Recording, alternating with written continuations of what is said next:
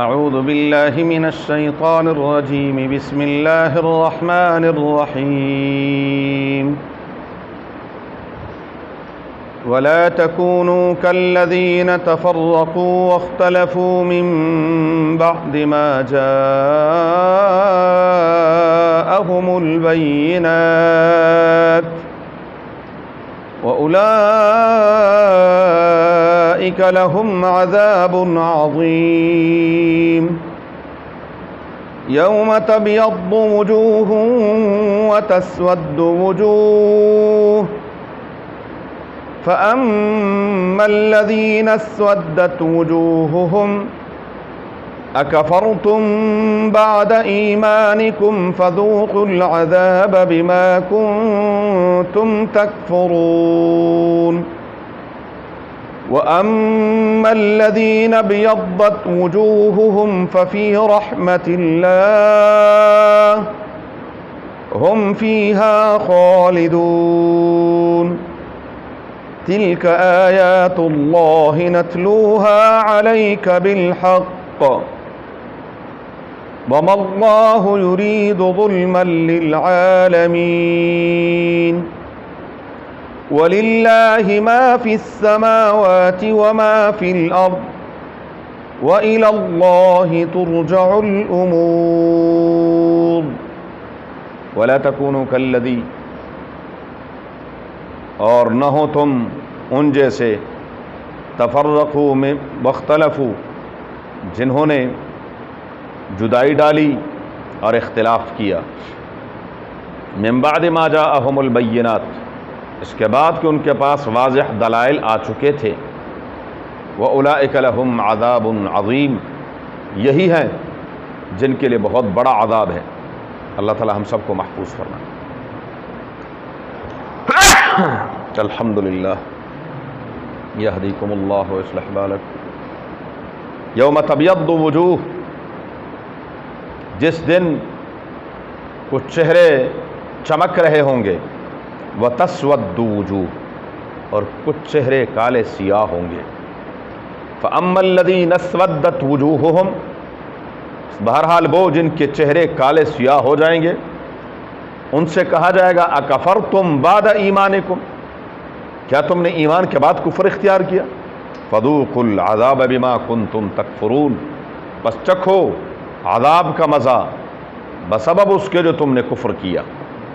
وَأَمَّا الَّذِينَ ابْيَضَّتْ وُجُوهُهُمْ اور وہ جن کے چہرے چمک رہے ہوں گے سفید ہوں گے فَفِي رَحْمَةِ اللَّهِ وہ اللہ کی رحمت کے مقام میں ہوں گے ہم فیہا خالدون اور اس میں ہمیشہ ہمیشہ رہیں گے اللہ تعالی ہم سب کو انہی میں سے شمار فرمائے تلک آیات اللہ نتلوہا علیک بالحق یہ آیات ہیں احکامات ہیں جو ہم آپ صلی اللہ علیہ وسلم پر تلاوت کرتے ہیں برحق وَمَا اللَّهُ يُرِيدُ ظُلْمًا لِلْعَالَمِينَ اور اللہ تعالی نہیں چاہتے ظلم جہان والوں پر وَلِلَّهِ مَا فِي السَّمَاوَاتِ وَمَا فِي الْأَرْضِ اور اللہ ہی کے لیے ہے جو کچھ آسمانوں میں ہے اور جو کچھ زمین میں ہے وَإِلَى اللَّهِ تُرْجَعُ الْأُمُورُ اور تمام کاموں نے لوٹ کر اسی کی طرف جانا ہے وَلَا تَكُونُوا كَالَّذِينَ تَفَرَّقُوا وَاخْتَلَفُوا مِن بَعْدِ مَا جَاءَهُمُ الْبَيِّنَاتُ سورہ آل عمران کی آیت نمبر 105 سے 109 تک ہیں پچھلی آیات میں اللہ تبارک و تعالیٰ نے فرمایا وَلْتَكُن مِّنكُمْ أُمَّةٌ يَدْعُونَ إِلَى الْخَيْرِ تم میں ایک جماعت ہونی چاہیے جو خیر کی طرف بلائے اور ساتھ ساتھ میں نے عرض کیا تھا کہ خیر سے مراد قرآن اور سنت کی پیروی ہے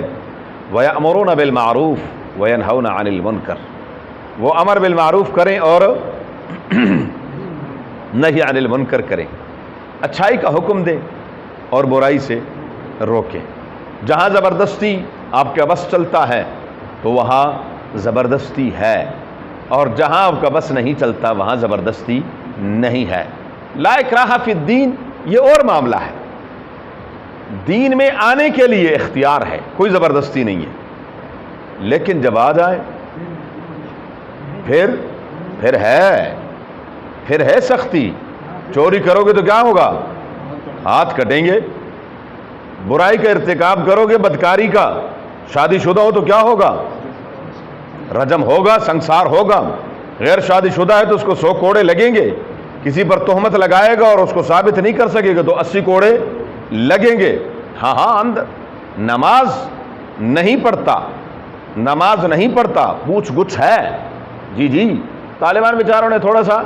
کچھ احکامات نافذ کی تو یہ دیکھو جی دین میں زبردستی نہیں ہے۔ نبی کریم صلی اللہ علیہ وسلم فرماتے مروا صبیانکم، حدیث سنیں، مروا صبیانکم،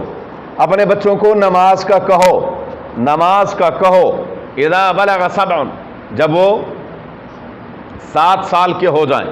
بچہ 7 سال کا ہو جائے تو بچے کو کیا کہنا ہے؟ بیٹے نماز پڑھنی ہے، میرا بچہ نماز پڑھنی ہے۔ اور وہ اذا بلغ 10، جب 10 سال کا ہو جائے پھر بھی نماز نہیں پڑھتا، فضربوہم، فضربوہم، پھر کیا ہے؟ ہلکی مار ہے، یہ بھی نہیں، وہ سلسلہ بھی نہیں کہ ہاں کیا ہے ہڈی پسلی کر دو، یہ بھی ٹھیک نہیں ہے، اس میں کوئی شک نہیں ہے، لیکن کیا ہے؟ یہ حدیث ہے۔ اور پھر جب بالغ ہو جائے اور پھر بھی نماز نہیں پڑھتا پھر اس کو گھر سے نکال دو۔ جی یہ امام اعظم ابو حنیفہ رحمۃ اللہ علیہ کے ہاں ہے، امام اعظم ابو حنیفہ رحمۃ اللہ علیہ کے بعض دیگر ائمہ کرام کے ہاں تو بڑے سخت احکامات ہیں تارک الصلاۃ کے بارے میں۔ باہر کے میں عرض کر رہا تھا کہ جب آپ دین کے اندر آ گئے ہیں تو پھر دنیا کا کوئی نظم ایسا نہیں ہے، کوئی دین، کوئی دھرم، کوئی، یعنی یہ تو بڑی دور کی بات ہے، یعنی کوئی ملک ایسا نہیں ہے جو بغیر قانون کے چل سکے۔ ہاں کچھ قوانین ہوں گے، کچھ احکامات ہوں گے، ان کے اوپر عمل کریں گے تو ٹھیک ہے، نہیں کریں گے تو کیا ہوگا؟ سزا ملے گی، جرم ہوگا، پرچہ کٹے گا، آپ کو جرمانہ دینا پڑے گا، یہ تمام کے تمام۔ اگر کوئی بندہ آج تک آپ نے دیکھا ہو کہ اس نے پوری دنیا میں کہیں احتجاج کیا ہو کہ جی یہ کیا مصیبت ہے، یہ جگہ جگہ سڑکوں کے اوپر اشارے لگے ہوئے، اچھے بھلے ہم گاڑی چلا رہے ہو تو ٹھکر کے ہمیں کیا کر دیتے ہیں؟ روک دیتے ہیں۔ کبھی کسی نے احتجاج کیا؟ کیوں؟ سب کو یہ بات سمجھ آ رہی ہے کہ اگر یہ نہ ہو تو بیڑا غرق ہو جائے گا۔ کیوں؟ بے ہنگم سلسلہ بن جائے گا، ادھر سے بھی آ رہا ہوگا، ادھر سے بھی جا رہا ہوگا، اور پھر اگر ماشاءاللہ پاکستانی قوم ہو تو پھر تو کیا ہی بات۔ تو یہ معاملہ کیا ہے؟ اس کے بغیر چلنا نہیں ہے، اس کے بغیر ہو نہیں سکتا۔ تو جب ایک چھوٹا سا ملک بغیر قانون کے تو کیا پروردگار عالم کا دین، وہ آفاقی دین، وہ بغیر ان قوانین کے نہیں۔ تو میں عرض کر رہا تھا کہ آنے میں اختیار ہے، آنے کا اختیار ہے، کسی کو زبردستی آپ نہیں داخل کر سکتے اسلام میں۔ ہاں دعوت دے سکتے ہیں، اسلام کی خوبیاں بیان کر سکتے ہیں، اس کے لیے اللہ سے مانگ سکتے ہیں، دعا کر سکتے ہیں، لیکن زبردستی نہیں کر سکتے۔ اور جب آ جائے پھر اس پر کیا ہے؟ پھر ہر طرف یہ روزہ آ گیا جی، رمضان آ گیا، سردی ہے، گرمی ہے، کیا کرنا پڑے گا؟ رکھنا پڑے گا۔ آپ کو پیاس لگی، آپ کو بھوک لگی ہے، جو مرضی ہو جائے، کیا کرنا ہے؟ روزہ رکھنا ہے۔ پھر پابندیاں ہیں، اس کے بغیر گزارا نہیں ہے۔ تو فرمایا کہ یأمرون بالمعروف وینہون عن المنکر، اچھائی کا حکم دینا ہے، برائی سے روکنا ہے، اور وَأُولَئِكَ هُمُ الْمُفْلِحُونَ۔ ایک چیز ذہن میں رکھیے، جب تک یہ سلسلہ رہے گا امر بالمعروف اور نہی عن المنکر اور دعوت الی الخیر، تو کیا ہوگا؟ یہ جو اسلام کا ایک خوبصورت باغیچہ ہے، اسلام کا ایک خوبصورت گلدستہ ہے، یہ برقرار رہے گا۔